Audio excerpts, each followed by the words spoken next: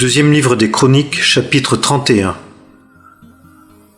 Et lorsque tout cela fut terminé, tous ceux d'Israël qui se trouvèrent là s'en allèrent par les villes de Juda et brisèrent les statues et abattirent les ashères et démolirent les hauts lieux et les autels dans tout Juda et Benjamin et en Éphraïm et Manassé, jusqu'à ce qu'ils eussent tout détruit.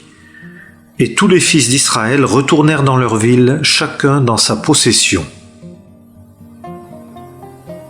Et Ézéchias établit les classes des sacrificateurs et des Lévites selon leurs classes, chacun selon son service, tant sacrificateurs que Lévites, pour les holocaustes et pour les sacrifices de prospérité, pour faire le service et pour rendre grâce et pour louer aux portes des parvis de l'Éternel. Et il établit que la portion du roi serait prise sur ses biens pour les holocaustes du matin et du soir, et pour les holocaustes des sabbats et des nouvelles lunes et des fêtes solennelles, comme il est écrit dans la loi de l'Éternel. Et il dit au peuple, aux habitants de Jérusalem, de donner la portion des sacrificateurs et des Lévites, afin qu'ils s'attachassent à la loi de l'Éternel. Et quand la parole du roi se répandit, les fils d'Israël apportèrent en grande quantité les prémices du blé, du mou et de l'huile et du miel, et de tous les produits des champs, et ils apportèrent la dîme de tout en abondance. Et les fils d'Israël et de Juda qui habitaient dans les villes de Juda, eux aussi apportèrent la dîme du gros bétail et du menu bétail, et la dîme des choses saintes qui étaient consacrées à l'Éternel leur Dieu, et ils les mirent par monceaux. Au 3e mois, ils commencèrent de faire les monceaux, et au 7e mois, ils achevèrent. Et Ézéchias et les chefs vinrent et virent les monceaux, et ils bénirent l'Éternel et son peuple Israël. Et Ézéchias s'informa auprès des sacrificateurs et des Lévites au sujet des monceaux. Et Azaria, le principal sacrificateur, qui était de la maison de Tsadok, lui parla et dit : « Depuis qu'on a commencé d'apporter l'offrande dans la maison de l'Éternel, on a mangé et on a été rassasié, et il en est resté en abondance, car l'Éternel a béni son peuple. Et ce qui reste, c'est cette grande quantité. » Et Ézéchias dit qu'on prépara des chambres dans la maison de l'Éternel, et on les prépara, et on apporta fidèlement l'offrande et la dîme et les choses saintes, et Conania, le Lévite, en eut la surintendance, et Shimhi, son frère, en second. Et Jéchiel, et Azazia, et Nakat, et Assaël, et Jérimoth, et Josabad, et Eliel, et Jismakia, et Makat, et Benaïa étaient intendants sous l'autorité de Conania et de Shimhi, son frère, par l'ordre du roi Ézéchias et d'Azaria, prince de la maison de Dieu.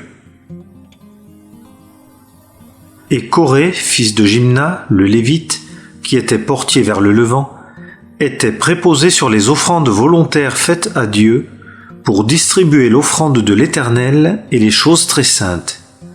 Et il avait sous ses ordres Éden et Benjamin et Jéshua et Shemaïa, Amaria et Shekania dans les villes des sacrificateurs pour faire les distributions avec fidélité à leurs frères selon leur classe, aux grands comme aux petits, outre ceux qui étaient enregistrés comme mâles dans les généalogies depuis l'âge de 3 ans et au-dessus, à chacun de ceux qui entraient dans la maison de l'Éternel, chaque jour pour l'affaire du jour, pour servir dans leur charge selon leur classe, et aux sacrificateurs enregistrés selon leur maison de père, et aux Lévites, depuis l'âge de 20 ans et au-dessus, dans leur charge selon leur classe, et à tous leurs petits-enfants, leurs femmes et leurs fils et leurs filles, toute la congrégation enregistrée, car dans leur fidélité, ils se sanctifiaient pour être saints.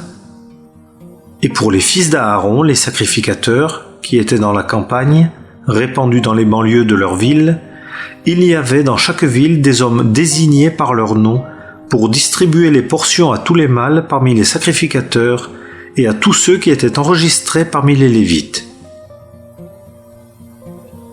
Et Ézéchias fit ainsi dans tout Juda, et il fit ce qui est bon et droit et vrai devant l'Éternel son Dieu.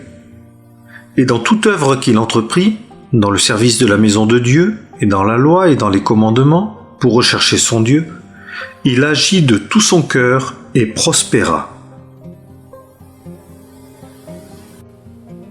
Deuxième livre des Chroniques, chapitre 32. Après ces choses et cette fidélité, Sankérib, roi d'Assyrie, vint et entra en Judée et campa contre les villes fortes, et il pensait en forcer l'entrée.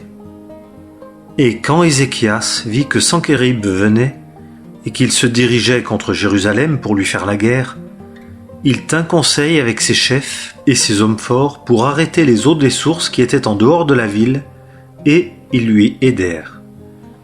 Et un grand peuple se rassembla, et ils bouchèrent toutes les sources et le torrent qui débordait, disant : « Pourquoi les rois d'Assyrie viendraient-ils et trouveraient-ils des eaux abondantes ?» Et il s'encouragea et bâtit toute la muraille où il y avait des brèches, et l'éleva jusqu'au tour, et bâtit une autre muraille en dehors. Et il fortifia Milo, dans la ville de David, et fit beaucoup de javelines et de boucliers. Et il établit des chefs de guerre sur le peuple, et les rassembla auprès de lui sur la place de la porte de la ville, et parla à leur cœur, disant : « Fortifiez-vous, et soyez fermes, ne craignez point, et ne soyez point effrayés devant le roi d'Assyrie, et à cause de toute la multitude qui est avec lui. Car avec nous, il y a plus qu'avec lui. Avec lui est un bras de chair, mais avec nous est l'Éternel, notre Dieu, pour nous aider et pour combattre nos combats. » Et le peuple s'appuya sur les paroles d'Ézéchias, roi de Juda. Après cela, Sankérib, roi d'Assyrie, étant encore devant Lachis, et ayant avec lui toutes ses forces, envoya ses serviteurs à Jérusalem vers Ézéchias, roi de Juda, et vers tous ceux de Juda qui étaient à Jérusalem, disant : « Ainsi dit Sankérib, roi d'Assyrie, en quoi vous confiez-vous ? Que vous demeuriez assiégés dans Jérusalem ? Ézéchias ne vous incite-t-il pas pour vous livrer à la mort par la faim et par la soif en disant : l'Éternel, notre Dieu, nous délivrera de la main du roi d'Assyrie ? N'est-ce pas cet Ézéchias qui a ôté ses hauts lieux et ses autels et qui a parlé à Juda et à Jérusalem disant : vous vous prosternerez devant ce seul autel et sur lui vous ferez fumer l'encens. Ne savez-vous pas ce que j'ai fait, moi, et aussi mes pères, à tous les peuples des pays ? Les dieux des nations des pays ont-ils bien pu délivrer leur pays de ma main ? Lequel d'entre tous les dieux de ces nations que mes pères ont détruites a pu délivrer son peuple de ma main pour que votre Dieu puisse vous délivrer de ma main ? Et maintenant, qu'Ézéchias ne vous trompe pas et qu'il ne vous séduise pas de cette manière, et ne le croyez pas.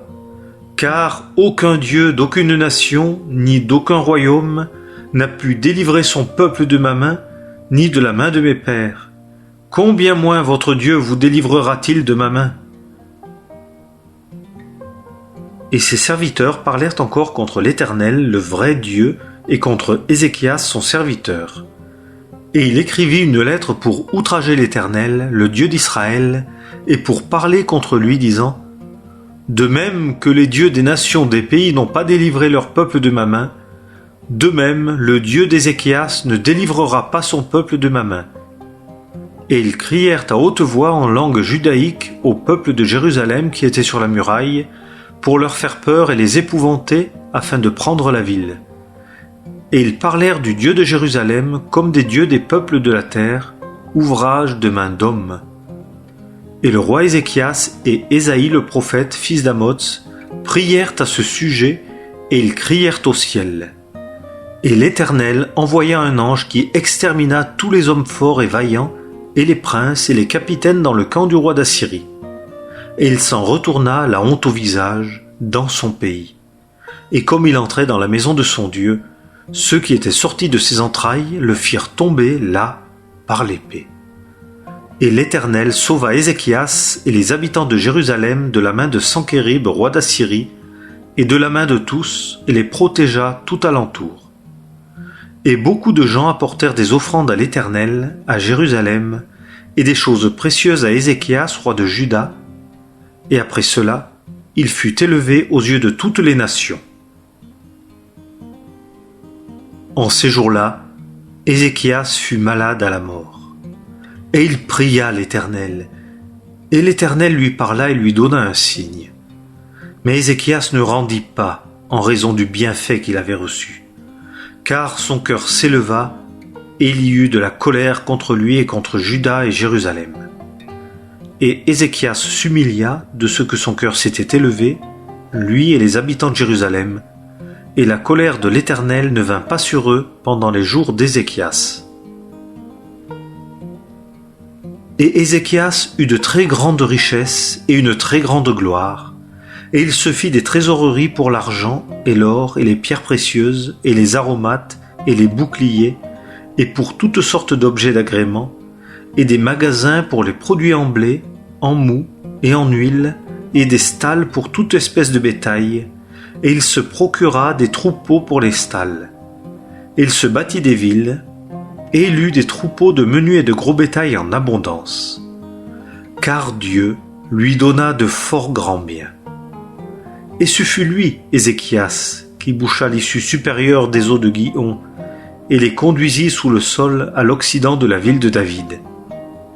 Et Ézéchias prospéra dans tout ce qu'il fit, mais cependant lors de l'ambassade que les chefs de Babylone envoyèrent vers lui pour s'informer du miracle qui avait été opéré dans le pays, Dieu l'abandonna pour l'éprouver, afin qu'il connût tout ce qui était dans son cœur.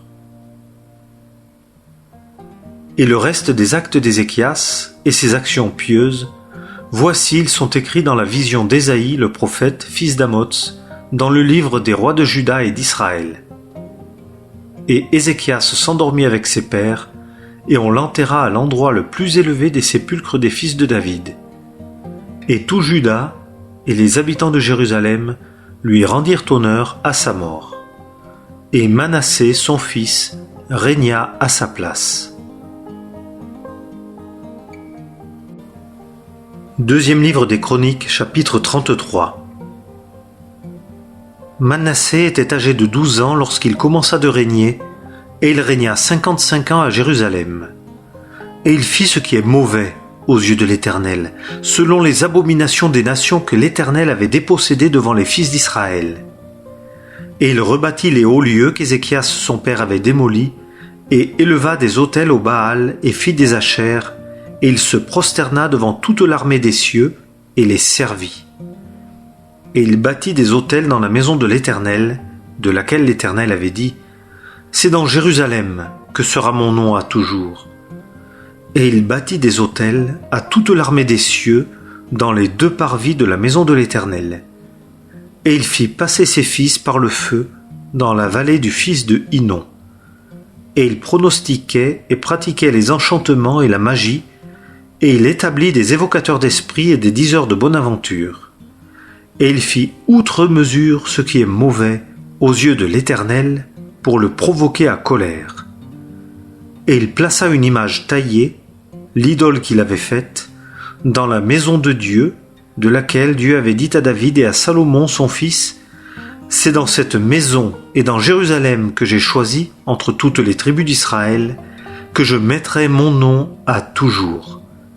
Et je n'ôterai plus le pied d'Israël de dessus la terre que j'ai assignée à vos pères, si seulement ils prennent garde à faire tout ce que je leur ai commandé par Moïse, selon toute la loi et les statuts et les ordonnances. » Et Manassé fit errer Juda et les habitants de Jérusalem en les induisant à faire le mal, plus que les nations que l'Éternel avait détruites devant les fils d'Israël. Et l'Éternel parla à Manassé et à son peuple, mais ils n'y firent pas attention. Et l'Éternel fit venir contre eux les chefs de l'armée du roi d'Assyrie, et ils prirent Manassé dans des ceps, et le lièrent avec des chaînes d'airain, et l'emmenèrent à Babylone. Et quand il fut dans la détresse, il implora l'Éternel son Dieu, et s'humilia beaucoup devant le Dieu de ses pères, et le pria. Et il se laissa fléchir par lui, et écouta sa supplication, et le ramena à Jérusalem dans son royaume. Et Manassé reconnut que c'est l'Éternel qui est Dieu. Et après cela, il bâtit la muraille extérieure de la ville de David, au couchant vers Gihon, dans la vallée, et vers l'entrée de la porte des poissons, et il entoura Ophel d'un mur, et l'éleva très haut. Et il mit des chefs de l'armée dans toutes les villes fortes de Juda.